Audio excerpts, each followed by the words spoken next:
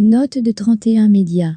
David Wood, le célèbre apologiste américain, raconte dans cette vidéo, que nous avons traduite avec soin, comment il est devenu chrétien.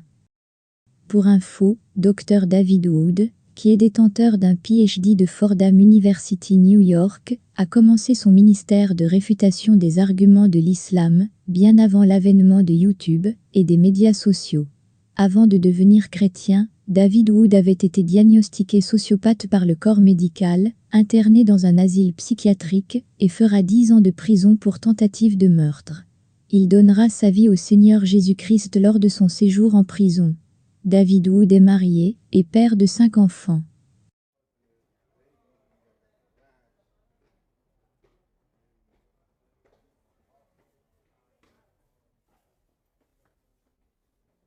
Telle voie paraît droite à un homme, mais son issue, c'est la voie de la mort. Proverbe 16 verset 25.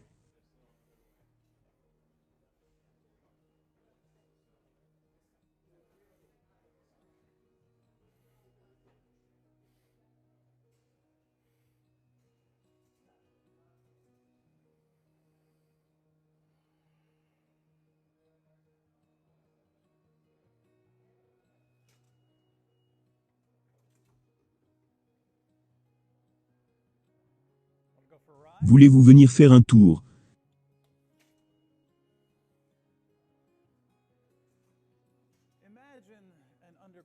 Imaginez un monde souterrain, fait de ciment et d'acier, d'escaliers et de tunnels, avec juste ce qu'il faut de lumière, pour voir les affiches sur les murs. Supposons qu'il y ait des gens qui vivent ici, pendant toute leur vie, et qui n'ont jamais pu aller à la surface, et à qui l'on a raconté depuis leur naissance, que ce monde consiste, en tout ce qui existe. Croiront-ils ce qu'on leur a dit de croire? Essaieront-ils de vivre, comme si c'était la réalité? Un jour, un homme dérangé trébuche dans les escaliers, et annonce à tout le monde, « Est-ce que vous réalisez que vous vous trouvez sous terre? Ne savez-vous pas, qu'il y a un monde merveilleux à la surface? Et qu'un tunnel, qu'importe sa largeur, reste un tunnel. » Mais les gens se moquent de cet homme. Ils lui disent, « Ne comprends-tu pas, qu'on va très bien sans tes assertions concernant un autre monde? Retourne dans ton monde de spaghettis volants, idiot. » Et l'histoire s'arrête là. Donc, il rejette le monde au-dessus, et creuse un peu plus profond, dans le monde souterrain.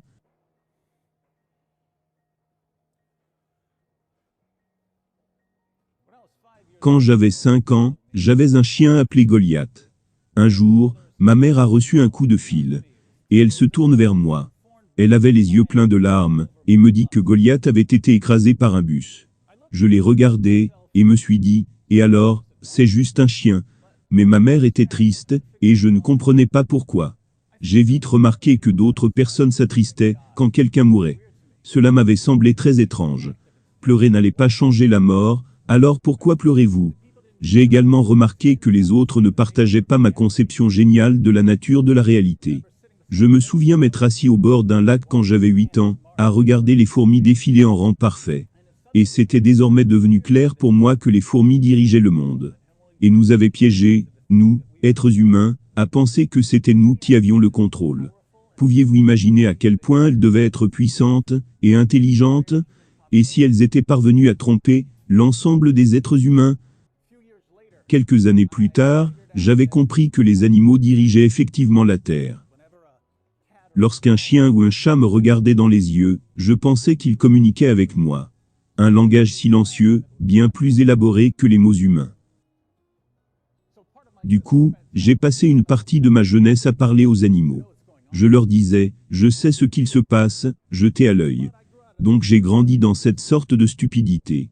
Au moment où j'étais en seconde, j'étais persuadé que je contrôlais la météo. Je ne savais pas comment je la contrôlais. Je savais juste que c'était le cas. Il commençait à pleuvoir et je pensais, ok, comment ai-je fait cela? J'avais aussi le pouvoir de contrôler le temps, mais je ne savais pas encore comment l'utiliser pour l'instant. Cet été-là, mon meilleur ami de l'école primaire mourut. Jimmy avait toujours parlé de travailler pour l'entreprise par Excel, et finalement il a eu l'opportunité. Mais il a fait une crise cardiaque, il a fait une overdose. Quand je l'ai appris, alors que je frappais à sa porte, j'ai eu la même réaction que lorsque mon chien Goliath était mort, c'est-à-dire, et alors? Mais cette fois, c'était différent, Il semblait que j'avais été affecté par sa mort. Alors j'ai commencé à me demander si quelque chose n'allait pas chez moi. Après avoir cogité pendant plusieurs mois, j'ai compris pourquoi j'étais différent. J'avais évolué à un stade plus avancé d'humanité. Ces tristes petits sentiments, que le reste d'entre vous éprouve, étaient comme cette queue rémanente originaire de formes de vie plus primitives. Mais l'humanité 2.0 était là, et vos modèles précédents étaient maintenant obsolètes. L'année suivante, j'ai vécu une expérience qui a changé ma vie. Je courais pour échapper à la police en pleine nuit, et ils m'avaient encerclé des trois côtés. Le quatrième côté consistait en une rivière. Alors j'ai plongé et traversé à la nage. Et j'ai commencé à me frayer un chemin parmi les arbres sur l'autre rive. Je suis finalement arrivé à un secteur de la forêt, où je me suis retrouvé dans l'arrière-cour de quelqu'un. Devant moi, il y avait un beau jardin. J'ai commencé à faire le tour du jardin, mais je me suis arrêté pour philosopher. Je me disais, je me fiche des gens de cette maison. Alors pourquoi devrais-je changer mon itinéraire, pour éviter de marcher sur leurs légumes? Pourquoi suis-je si courtois? Parce que j'ai subi un lavage de cerveau, voilà pourquoi. Je n'avais pas respecté la loi pendant des années, et pourtant la société avait modifié mon comportement tout au long. La grandeur avait été polluée par la médiocrité. Alors que j'écrasais tout sur mon passage en traversant ce jardin, j'ai eu une incroyable sensation de liberté. Le monde nous tenait tous en laisse, avec des règles. Fais ceci, ne fais pas cela. Mais c'est une laisse qui se brise, dès que vous vous rendez compte que vous n'êtes pas obligé de faire ce qu'on vous dit. Bien sûr, si vous voulez vraiment vous libérer de ceux qui vous retiennent, vous devrez tôt ou tard faire le contraire de ce qu'on vous a dit. On descend.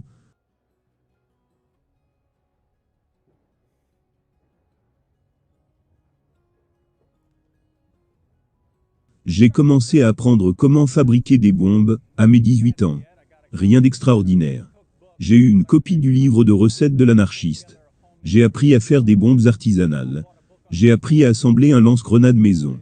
J'ai acheté un livre sur le déguisement, pour ne pas me faire reconnaître. Mais l'ensemble me semblait amateur. Alors j'ai décidé de devenir un grand chimiste à l'université, où je vais pouvoir apprendre à assembler quelque chose d'un peu plus sophistiqué. Mais mon rêve de poser des bombes a dû être mis en pause. Parce qu'il y avait des choses plus importantes dans la vie. N'importe qui peut faire exploser quelques personnes au hasard, qu'il ne connaît pas. Si vous êtes fatigué de la vie, d'être tout en bas des marionnettes de la société, le massacre doit commencer bien plus près de chez vous. Mon père était mon seul parent proche, habitant dans les environs. Donc il devait évidemment mourir, et il devrait bien y avoir un marteau qui ferait l'affaire. De façon intéressante, certaines de mes incroyables perceptions de la nature de la réalité m'avaient finalement ralenti.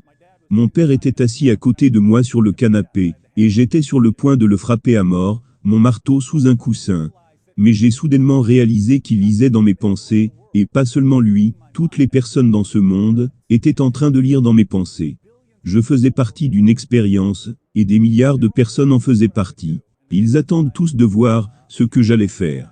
Et dès que j'aurais attaqué mon père, les murs se seraient soulevés, les observateurs se seraient précipités, et l'expérience se serait achevée. Comme mon père lisait dans mes pensées, je lui transmettais mes pensées, alors que nous étions assis là. Il regardait la télévision, je me mets à penser.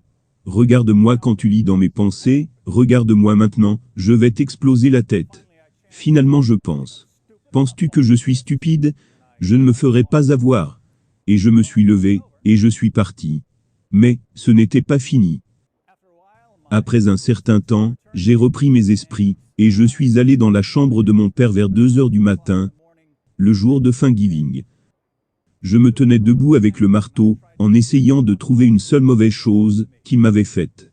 Je n'ai rien trouvé. Alors, j'ai soulevé mon bras, et l'ai abattu sur lui, de tout mon poids de plus de 100 kilos. J'ignorais à quelle vitesse le sang pouvait sortir de la tête de quelqu'un. J'ai continué à le frapper, jusqu'à ce que je sois sûr qu'il était mort. Puis je suis sorti, et j'ai mis les voiles. Il n'y a pas eu de sensation de liberté cette fois. Je ne ressentais désormais plus rien.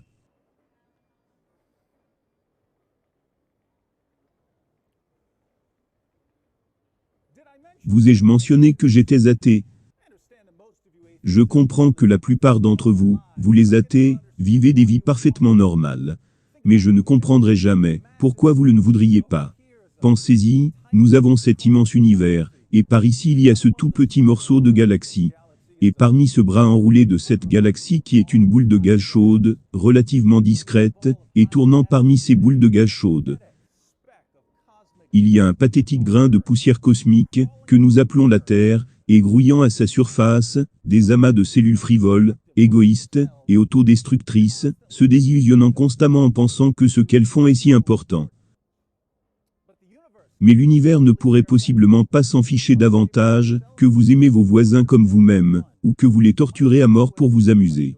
Du coup, vous devriez faire ce que vous avez envie de faire, avec le peu de temps que vous avez. Et qu'allez-vous faire, mes amis athées, si vous avez dans les 18 ans?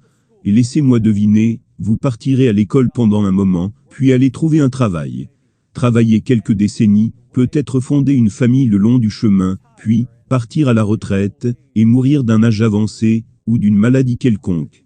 Quelle originalité! Libre penseur, hein? Croyez-le ou non, certaines personnes ne veulent pas vivre en troupeau. Certaines personnes ne veulent pas suivre ce schéma que nous devons tous suivre, sans rien remettre en question.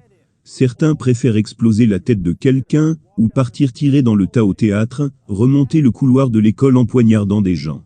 Et pourquoi ne devrait-il pas le faire? Parce que c'est mal? D'après qui?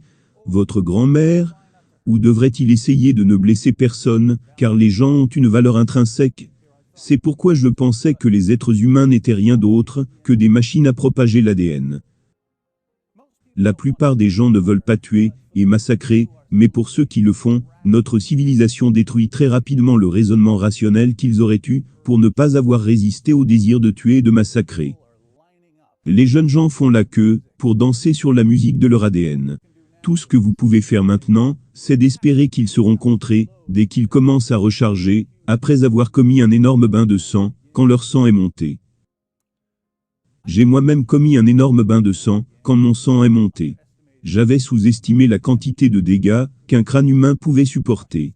Les morceaux de crâne peuvent apparemment être recollés par les docteurs. Mon père avait le cerveau endommagé, mais il a survécu à l'assaut. On m'a conduit dans un hôpital psychiatrique, puis plus tard, en prison. La prison est un endroit pour prendre du recul et réfléchir à ce que tu as fait. On a plein de temps pour se poser et penser, pourquoi me suis-je fait prendre? Quelles mesures prendre pour éviter de me faire choper la prochaine fois? Et sans toutes les activités vides de sens et répétitives, qui maintiennent d'habitude l'humanité sous contrôle, vous avez tout le temps pour trouver ce qui compte le plus à vos yeux. Ce qui comptait le plus à mes yeux, c'était de ne pas être l'esclave des personnes pour lesquelles je n'éprouvais aucun respect. Mais les gens m'avaient contrôlé de différentes manières, tout au long de ma vie. Et cela signifiait qu'ils avaient besoin d'une bonne leçon. J'avais une liste de personnes, remontant jusqu'à la maternelle, qui allaient être cruellement assassinées.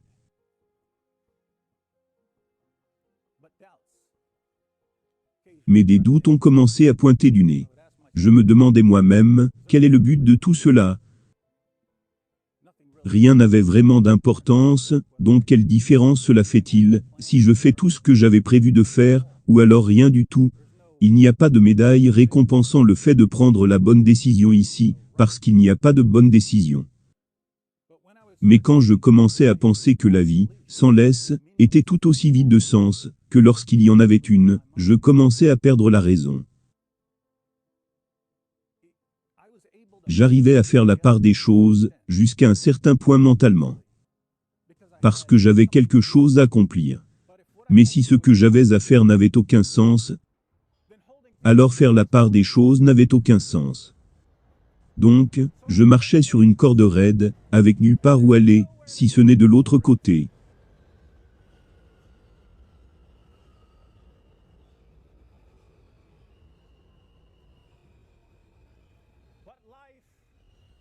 Mais la vie a la possibilité de nous offrir une alternative, juste au bon moment.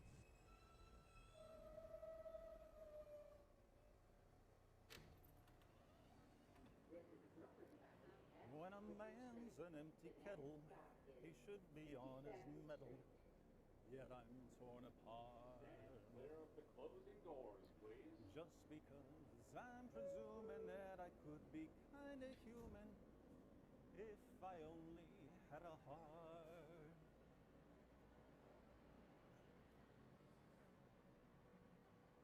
Quand j'étais dans le compartiment E, en prison, j'ai rencontré un chrétien appelé Randy. Un gars qui s'était rendu de lui-même, après avoir commis 21 délits. Randy semblait venir d'un autre monde. S'il y avait une bagarre dans les dortoirs, il ne regardait pas. Il tournait la tête et priait pour que cela s'arrête. Notre principale source de distraction était de le regarder prier contre cela. Les chrétiens me faisaient flipper. Une nuit, Randy était assis dans son coin, à lire sa Bible. J'ai débarqué, et je lui ai dit, « Tu sais pourquoi tu lis la Bible ? Tu lis la Bible, parce que tu es né aux États-Unis. Si tu étais né ailleurs, tu croirais en autre chose. Si tu étais né en Chine, tu serais bouddhiste. Si tu étais né en Inde, tu serais hindou. Si tu étais né en Arabie Saoudite, tu serais musulman. Parce que les gens comme toi croient en ce qu'on leur dit de croire. J'ai vu d'autres athées qui disaient la même chose, et presque toujours avec les mêmes mots. Alors je considère que c'est une vision courante des athées, à propos du christianisme, vision qui est hilarante, à cause de son niveau d'hypocrisie. Je croyais que l'univers avait explosé, à partir de rien, sans aucune raison. Et que la vie était apparue toute seule. Et que la conscience était une conséquence naturelle de l'interaction de particules dans notre cerveau. Je croyais que les valeurs morales n'étaient rien d'autre qu'une sorte d'endoctrinement de la société. Et que les disciples de Jésus avaient inventé sa résurrection d'entre les morts, parce qu'ils voulaient propager son message. Je croyais tout cela pourtant, sans procéder à une minutieuse inspection des preuves. Ce qui veut dire que je croyais à beaucoup de choses qui m'avaient été racontées. Mais je pointais les chrétiens du doigt. Pourquoi ? Parce que c'est bien plus facile de se moquer de quelqu'un que d'effectuer la tâche fastidieuse d'assembler les preuves qui détruiront un système de pensée. Quelque chose d'intrigant se produisit quand j'ai essayé de me moquer de Randy. Il m'a répondu, « Beaucoup de chrétiens vont se terrer si vous commencez à argumenter. Ils ne veulent pas d'histoire. » Mais Randy s'est redressé sur son banc et a commencé à me mettre dans l'embarras concernant certains points que j'avançais. J'étais vraiment surpris. Je ne savais pas ce qu'il se passait. Je suis l'être humain le plus évolué que le monde ait jamais vu, et soir après soir, quand nous débattions, Randy m'éduquait comme à l'école. Il n'était pas plus intelligent que moi. Il n'avait pas de diplôme, ni de connaissances particulières. Il n'était ni scientifique, ni philosophe. Il avait juste l'habitude agaçante de remettre en question tout ce que je disais. Et quand j'essayais de répondre à ses questions, concernant ce que je disais, cela devenait évident pour lui, ainsi que pour moi, que bon nombre de mes croyances, une fois qu'elles étaient formulées, sonnaient vraiment, vraiment stupides. Des faits qui semblaient parfaitement logiques, n'avaient plus aucun sens, une fois remis en question. Je suis devenu si frustré par nos débats, que j'ai commencé à chercher d'autres manières de vaincre Randy. Je me moquais de lui, pour avoir subi des attouchements sexuels quand il était enfant. Et j'ai vu sa petite sœur de 12 ans dans la salle des visites. Et j'ai dit certaines choses sur elle, que je ne vais pas répéter ici. Je continuais à le provoquer, jusqu'à ce qu'il s'énerve. Et quand il s'est énervé, j'ai dit, « Regarde-toi, en train de t'énerver contre moi. Et tu dis que tu es un chrétien. » Assez bizarrement, Randy et moi sommes devenus amis. Nous veillions la nuit en jouant aux cartes. Nous nous renvoyions des papiers toilettes, comme si c'eût été un ballon de foot. Et bien sûr, nous nous disputions à propos de la Bible. Mais j'étais toujours à la recherche de moyens de le vaincre sur certains points. Et donc nous nous sommes engagés dans le tout premier combat au monde, de jeûne et de prière. Ce n'était pas un combat pour lui, il n'essayait pas de me faire faire quoi que ce soit. Mais moi, j'essayais très certainement de le surpasser. Randy jeûnait pendant de longues périodes, avec seulement de l'eau. Après un certain temps, je l'ai rejoint.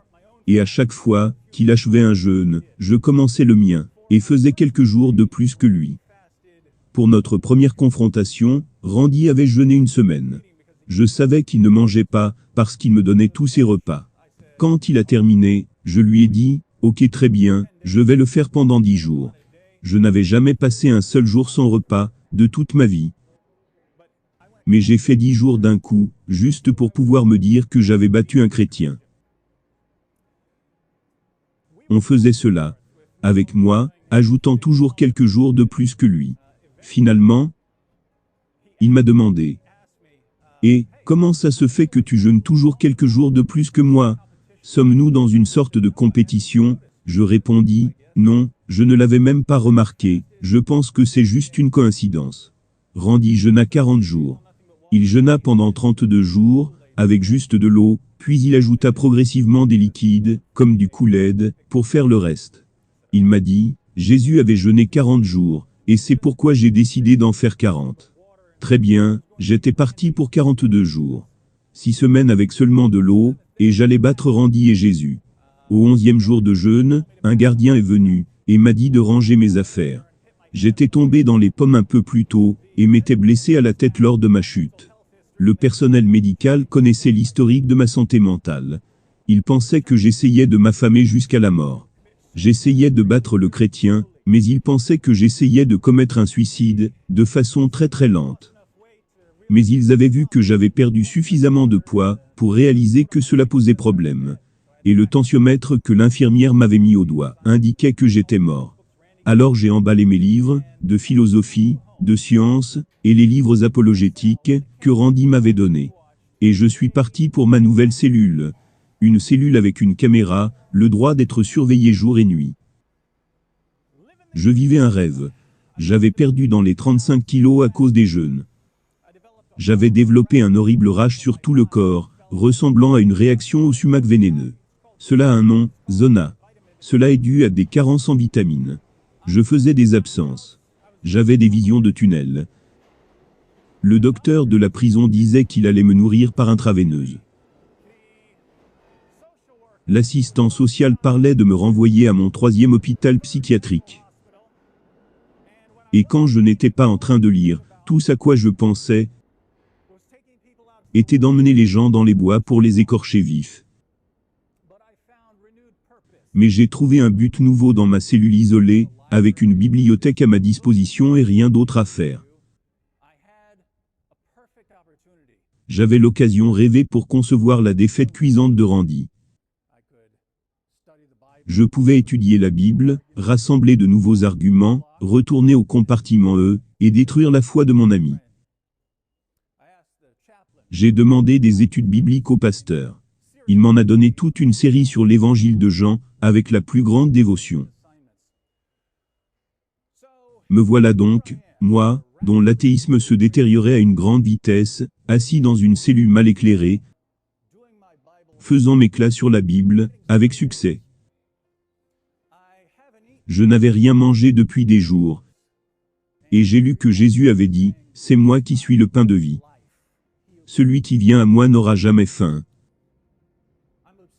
J'étais obstiné par l'idée de me libérer d'une société qui m'avait piégé, dans une cellule de 2 mètres carrés. Et j'ai lu, « Si donc le Fils vous affranchit, vous serez réellement libre. » Je me demandais combien de temps encore mon corps allait endurer, ce que je lui imposais, avant que mon cœur ne s'arrête. Et j'ai lu, « Je suis la résurrection et la vie. Celui qui croit en moi vivra, quand même il serait mort. » C'est plutôt flippant, lorsqu'un livre vous parle. Mais qu'est-ce que j'y connais? Je pensais bien que les chats me parlaient. Allongé sur le dos, jour après jour, je méditais sur la vie, la théologie, la philosophie. 3 choses ont commencé à déstabiliser mon système de pensée tout entier. Premièrement, ce que l'on appelle l'argument du design, m'a frappé. Je regardais un mur, et la façon dont ces briques étaient assemblées, et je me suis dit, tu sais, si quelqu'un me disait que ces briques s'étaient assemblées dans cet ordre, par un procédé excluant toute forme d'intelligence, je lui en mettrais une. Et pourtant je pensais que la vie s'était formée sans intelligence. Alors que même la plus simple des cellules vivantes est incroyablement plus complexe que quelques briques empilées en un mur. Pourquoi avais-je aveuglément accepté l'extraordinaire affirmation que la vie soit spontanément sortie du néant, sans même réclamer de preuves très solides? Deuxièmement, j'ai appris de quelle manière les disciples de Jésus sont morts. La plupart d'entre eux ont connu une mort sanglante, en proclamant qu'ils l'avaient vu ressusciter. L'explication que je m'étais donnée sur l'origine du christianisme avait toujours été que les disciples avaient inventé une histoire pour qu'ils puissent propager son message. Mais à présent, mon explication n'avait plus aucun sens.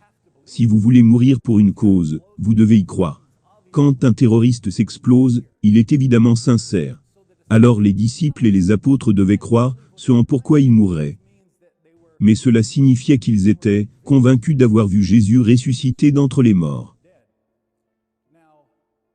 Et même, en temps normal, lorsque quelqu'un est prêt à abandonner sa vie pour une raison, c'est pour une idéologie qui vient de quelqu'un d'autre, et cette idéologie peut être vraie ou fausse. Les disciples mourraient pour quelque chose qu'ils avaient vu. Qu'est-ce qui aurait pu convaincre tant de personnes différentes qu'ils avaient tous vu un homme ressuscité? Je pourrais répondre à un seul témoin en disant qu'il est fou. Mais toutes ces personnes-là, il y a quelque chose que je devais chercher à comprendre. Mais je ne pouvais trouver d'explication sur le niveau élevé de cette confiance, sinon qu'il l'avait vraiment vu. Troisièmement, j'ai commencé à me soucier du fait que Jésus puisse en effet être meilleur que moi. Mais si votre point de vue sur la morale n'est pas entièrement relatif, ou que vous êtes un de ces nouveaux athées, c'est sans doute évident pour vous que Jésus est meilleur que moi. Mais à l'époque, je n'avais pas les idées très claires sur tout ce qui touchait à la morale. Du coup, penser à cela m'était très difficile. Voilà le problème qui ressortait. J'avais deux croyances qui n'étaient pas compatibles. D'un côté, je croyais que les êtres humains étaient des amas cellulaires dépourvus de sens, et que toutes nos actions étaient inutiles. De l'autre côté, je croyais que j'étais la meilleure personne au monde, et la plus importante. Comment est-ce possible d'être le meilleur, le plus important d'amas de cellules inutiles? S'il devait avoir une mesure de qui est la meilleure personne, on aurait besoin de quelque chose, comme d'un critère du bien, qui dépendrait de quelque chose comme Dieu. Et alors quelqu'un, comme Jésus, serait meilleur que moi. Du coup, mes croyances se brisaient au niveau de sa fondation. Et dès que les fondations eurent commencé à s'effriter, tout le reste a commencé à s'écrouler. J'étais passé de croire que j'étais la meilleure personne au monde, à croire que j'étais la pire personne au monde. Et en un instant de clarté, cela m'a soudainement frappé. Pensant, je suis un mec qui veut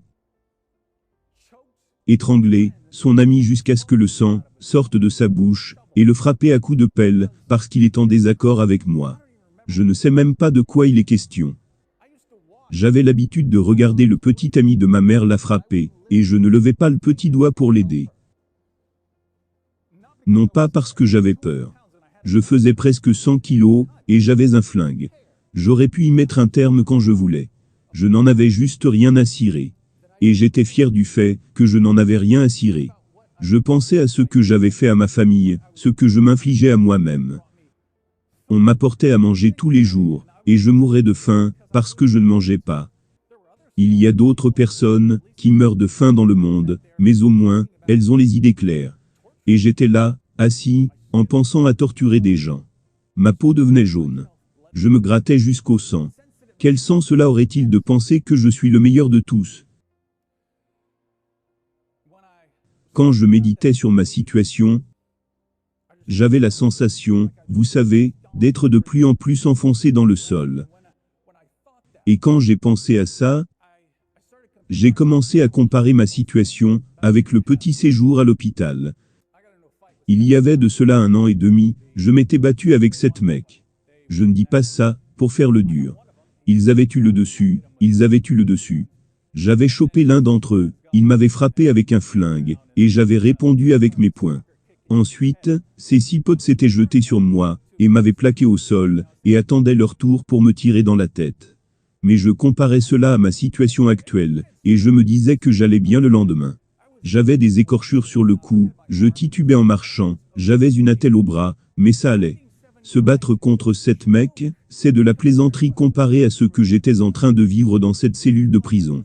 J'avais l'impression d'avoir été enfoncé dans le sol, et quand je pense que je sens que j'avais été enfoncé dans le sol, j'ai eu un autre flashback. Un soir, alors que je rentrais chez moi depuis la maison d'un ami, une tempête a éclaté. La pluie était si intense que je pouvais à peine voir. Des éclairs tombaient de partout. Et j'ai levé les yeux, et dit d'un ton moqueur, « Oh, et c'est censé m'effrayer. Si tu veux me faire croire en toi, tu ferais bien de descendre ici, et de me faire croire. » Je n'étais pas sérieux, mais étant donné ma condition en prison, j'ai commencé à me demander si Dieu ne l'avait pas pris au sérieux. En temps normal, je n'aurais même pas envisagé cette idée. Je ne pensais pas comme cela. Mais, comme ma vision du monde s'effondrait sur elle-même, je n'avais pas la possibilité d'exclure la moindre option envisageable. Mais il y a un problème. S'il y avait un Dieu impliqué dans tout cela, si le bien et le mal n'étaient pas des inventions à caractère utile, j'étais dans de beaux draps. Pas seulement à cause de ce que j'avais fait, mais pour ce que j'étais. Comment est-ce que la pire personne au monde pourrait-il jamais choisir la bonne voie? Il n'y avait pas d'interrupteur magique que je pouvais actionner, et, oh maintenant je me soucie des autres. Alors comment aurais-je pu faire la moindre bonne chose? Et puis, cela m'a interpellé. Il y a 2 possibilités. Soit je suis violent, égoïste, et insensible, et telles sont les choses. Soit, il y a quelqu'un qui peut aider les gens comme moi. Soit, je suis complètement dérangé, et je dois vivre avec cela. Ou soit il y a quelqu'un qui peut gérer ces genres de problèmes. Et quand vous commencez à raisonner ainsi, je dirais que vous êtes à 2 doigts de devenir chrétien. Parce que quand on se demande à nous-mêmes, qui, plus que quiconque, à travers les âges, qui a le pouvoir de s'occuper des personnes moralement, psychiquement et spirituellement brisées, et leur offrir une nouvelle vie, on n'obtient qu'un seul nom. On n'obtient qu'un seul nom, il n'y a qu'une seule personne sur la liste. C'est celui qui a dit « C'est moi qui suis la porte. Si quelqu'un entre par moi, il sera sauvé. Il entrera et sortira et trouvera des pâturages. Le voleur ne vient que pour voler, égorger et détruire. Moi, je suis venu, afin que les brebis aient la vie, et qu'elle l'ait en abondance. » Je ne savais pas que Jésus était celui qu'il prétendait être. Mais je savais que c'était Jésus ou rien. C'était Jésus ou rien. Si quelqu'un avait le cachet d'approbation de Dieu, c'est celui qui est ressuscité. L'histoire est remplie d'options mortes. Jésus est la seule option vivante.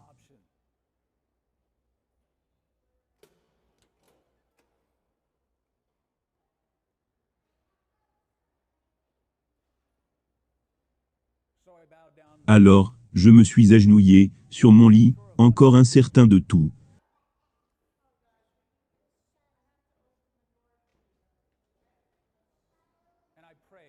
Et j'ai prié. Je ne savais pas comment prier, mais j'ai prié. J'ai dit, Dieu, je ne sais pas si je croirai en toi demain, mais je crois en toi maintenant. Si tu peux faire la moindre chose avec moi, tu es le bienvenu, fais-le.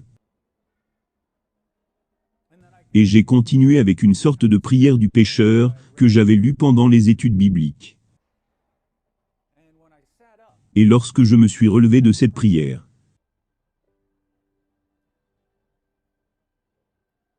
le monde entier était différent. Comme si les choses étaient de couleurs différentes. Pour la première fois, depuis de nombreuses années, je ne voulais plus faire de mal à personne. Et j'avais l'impression étrange que, quelque part, je connaissais la vérité depuis le début. created the universe. Dieu a créé l'univers, mais nous sommes spéciaux. We're created, Nous avons été créés à l'image de Dieu, but we reject God. mais nous rejetons Dieu. Rejecting God, we Et en faisant cela, nous nous efforçons de tordre et de déformer son image que nous portons. for years Pendant des années, j'aurais voulu tout sacrifier pour une certaine sorte de liberté, juste une liberté par rapport au contrôle extérieur. it's a false freedom. C'est une fausse liberté, parce qu'on finit par s'en servir pour se détériorer et se détruire nous-mêmes, Tarnishing the image of ternissant l'image de Dieu pour ne pas se rappeler de ce que l'on est et les responsabilités que nous partageons. true freedom is found La véritable liberté se trouve in not dans le fait de ne pas avoir ces inclinaisons nation and desire et ces désirs de se rebeller contre notre Créateur. creator. That's the true freedom. C'est ça, la vraie liberté. After I prayed, Après avoir prié, felt like I'd been j'avais le sentiment d'avoir combattu, not pas la bataille au sens figuré, je veux dire, physically de m'être battu physiquement toute ma vie entière. only had a chance Et j'avais finalement l'occasion de m'asseoir et de me reposer. Ce repos n'est jamais parti.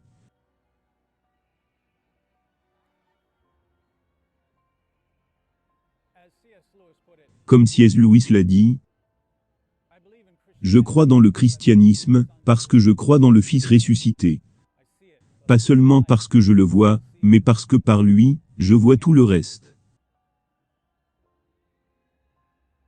Lots of people Beaucoup de gens, dans leurs témoignages, partageront leurs histoires en racontant ce qui a changé après qu'ils soient devenus chrétiens. right now I Nous en parlerons une autre fois. Mais actuellement, je voulais juste expliquer pourquoi je suis chrétien. Et la raison pour laquelle je suis chrétien n'a pas changé. Je m'appuie sur les mots de celui qui est ressuscité, parce qu'il n'existe pas d'autre endroit où s'appuyer. Et juste pour vous montrer que Jésus-Christ est le même, hier, aujourd'hui et éternellement, j'achèverai mon histoire avec les mots d'un autre chrétien d'il y a plus de 2000 ans. L'apôtre Paul avait essayé de détruire le christianisme avant de rencontrer Jésus sur la route de Damas. Peu avant sa mort, il a écrit une lettre à son ami Timothée. Il avait écrit, et ces mots pourraient être répétés par des milliers d'autres chrétiens à travers le temps. Je rends grâce à celui qui m'a fortifié, à Jésus-Christ notre Seigneur, de ce qu'il m'a jugé fidèle, en m'établissant dans le ministère, even though I was once moi qui étais auparavant un blasphémateur, un persécuteur, un homme violent, mais j'ai obtenu miséricorde, parce que j'agissais par ignorance, dans l'incrédulité. Et la grâce de notre Seigneur a surabondé, avec la foi et la charité qui est en Jésus-Christ.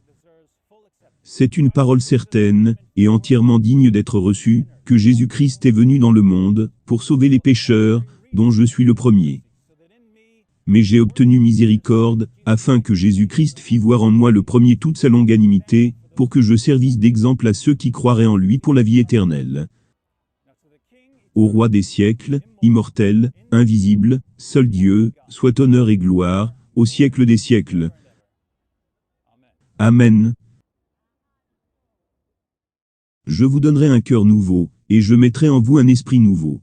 Je retirerai de votre corps le cœur de pierre, et je vous donnerai un cœur de chair. Ézéchiel 36 verset 26.